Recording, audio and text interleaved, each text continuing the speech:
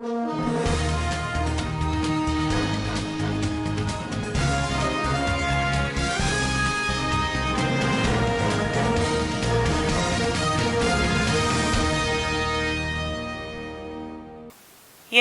trained 100 teachers in ZAMFARA state.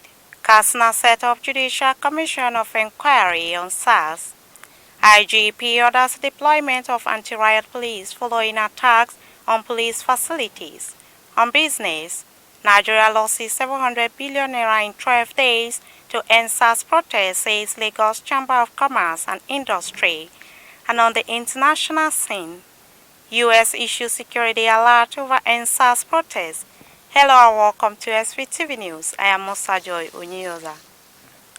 Gumi Emirate Council in ZAMFARA State has organized a training program for 100 primary and Islamic schools teachers in the area to enhance effective teaching and learning.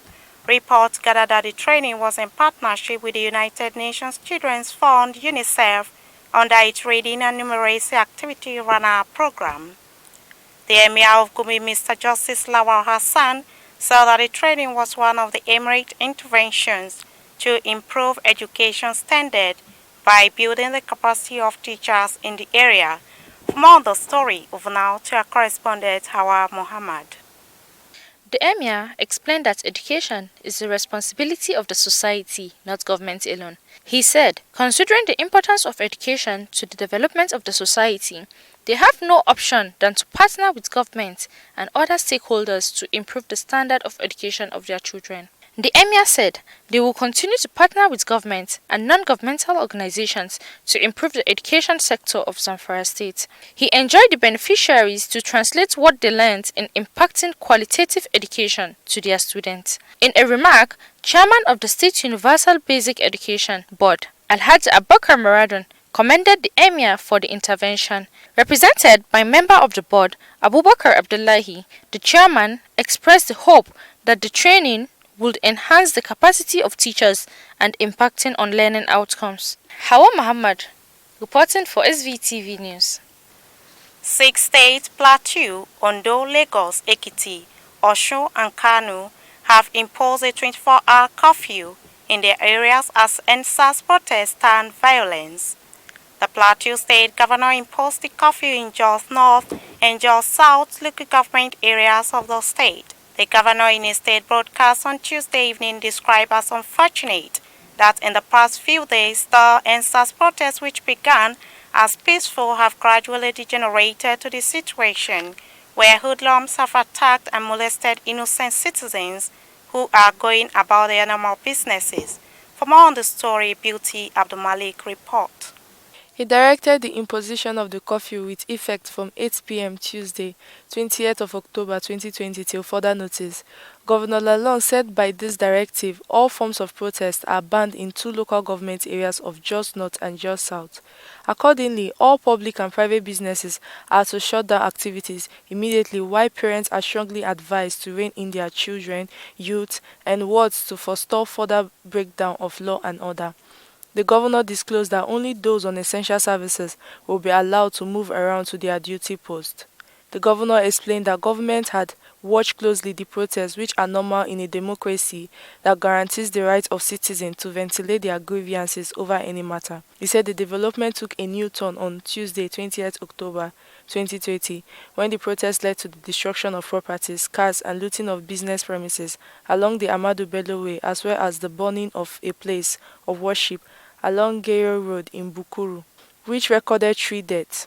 He further explained that, having received a briefing from security agencies and after a careful assessment of the situation, government is left with no choice than to impose a curfew to stop further loss of lives and properties. Beauty Abdulmalik, reporting from SVTV. Governor Aminu Bello Masari of Katsina State has signed the instrument establishing a judicial commission of inquiry to investigate the excesses of the recently disbanded Police Special Anti-Robbery Squad, SARS. The Katsina State Commission of Inquiry Law, Chapter 29, empowers the governor to constitute such a commission as and when the need arises. The constitution of the Judicial Commission of Inquiry follows the order by President Muhammadu Buhari, directing for the disbandment of the unit and the investigation of its alleged excesses and extrajudicial activities, which had attracted persistent criticism, leading to the ongoing protests and counter-protests in some parts of the country.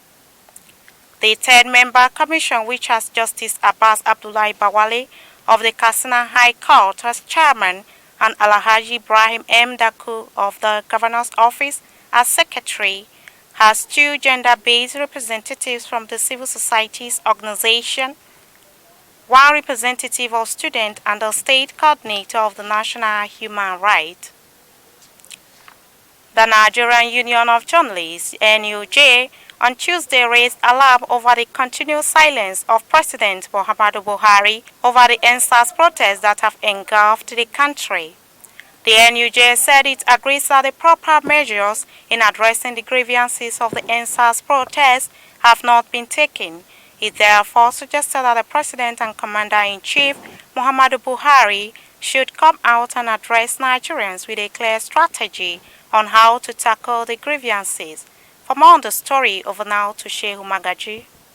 The NUJ said Mr. President has not lost his voice. Nigerians are waiting as the nation sits on a time bomb. It is said that Nigerians, mainly the youth, are protesting against police brutality that has characterized the operation of the dreaded Special Anti-Robbery Squad, SARS, of the Nigerian police.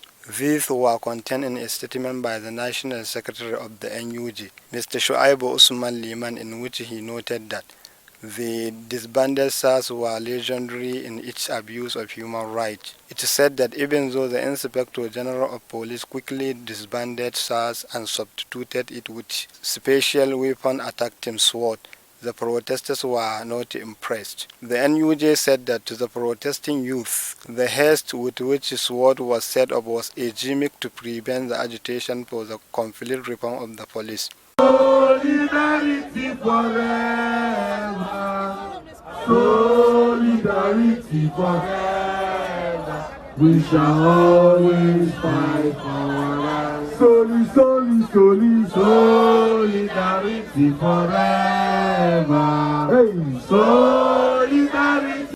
The union equally called on the Inspector General of Police to immediately end all acts of impunity against journalists. It specifically called for the unconditional release of Tom Oga Oliha, publisher of Power Steering magazine, who has been detained since last week, on the orders of the Minister of State for Power, Godwin J. De Aba, for allegedly defaming him.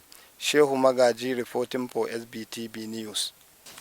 Staff of the television Continental TVC, a private television station on Ikosi Road, Lagos, have cried for help as hoodlums have reportedly set the station on fire. The station is linked to a former governor of the state, Bola Tinubu, who is national leader of the ruling All Progressives Congress, APC. A reporter with the station confirmed the development, saying part of the station is already up in flames, while journalists and other workers on night and morning duties are currently trapped. For more on the story, over now to Sumaya Ibrahim. Cars within the compound were already on fire and part of the station were in flames. The popular morning program, Your View, that was ongoing at the time before the attack was halted. Some of the staff requested the public to pray for their colleagues who were trapped and taking cover in the compound. Videos of the scene shot by neighbors of the station are already in circulation. Sumaya Dosa reporting for SVTV News. The Inspector General of Police, IGP Mohammed Adamu, has ordered immediate nationwide deployment of anti-riot police unit, the police mobile force, to protect lives and property of all Nigerians and secure critical national infrastructure across the country. This is even as IGP Adamu directed commissioners of police in the 36 states and the Federal Capital Territory to identify and isolate lawbreakers from peaceful protesters. They should also immediately arrest and diligently prosecute those perpetrators of violence in their respective commands. For more on this story, Rahama Ibrahim reports. The IGP has also ordered massive deployment of police operatives to strengthen security around correctional facilities nationwide. A statement by the force public relations officer, DCP Frank Mba, said that the orders are coming on the heels of increasing attacks including acts of arson and malicious damage to public and private facilities as recorded in some states of the Federation including the FCT. The IGP said that 12 suspects have been arrested in connection with the attacks and arson on police stations in Benin, Edo State, while 5 AK-47 rifles earlier stolen from vandalized police stations have also been recovered.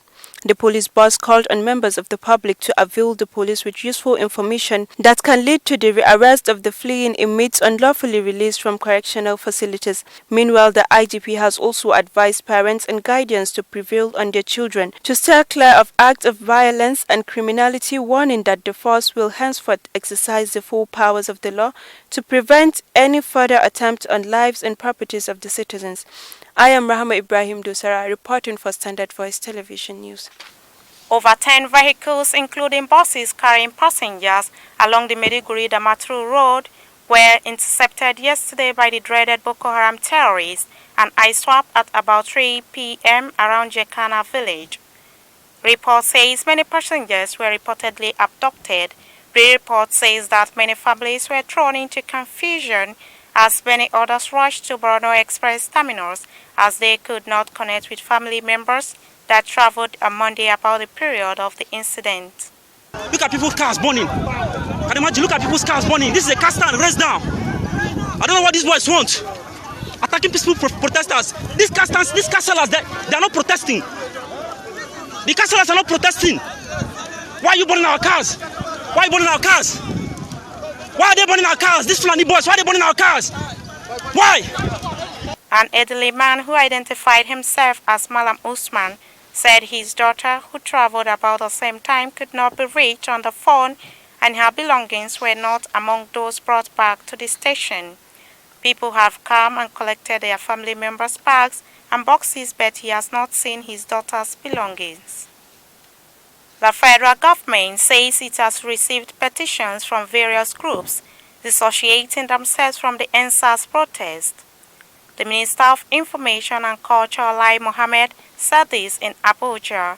He said the groups noted in the petitions that while the protest was genuine, it has lost its original purpose and intention. The minister said they received petitions from various groups saying that they originally supported the SARS protest because they believed genuinely that they were speaking for all Nigerians.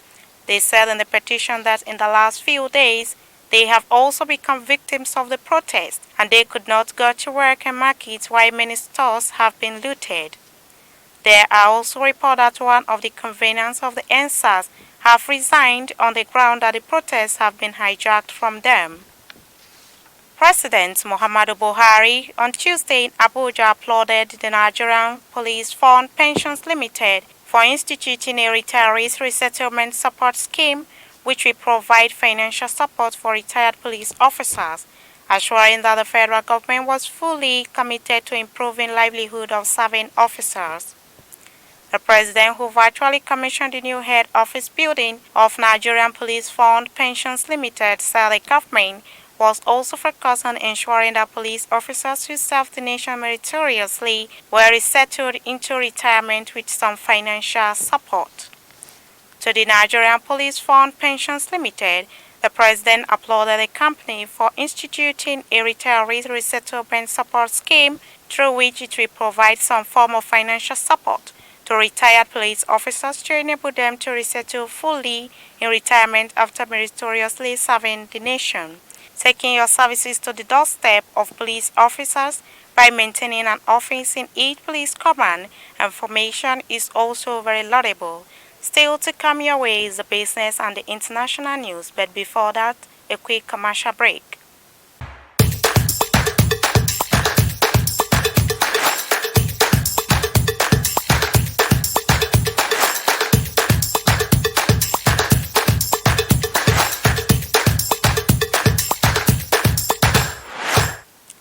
Welcome back. Let me quickly take you to our business desk for the business update.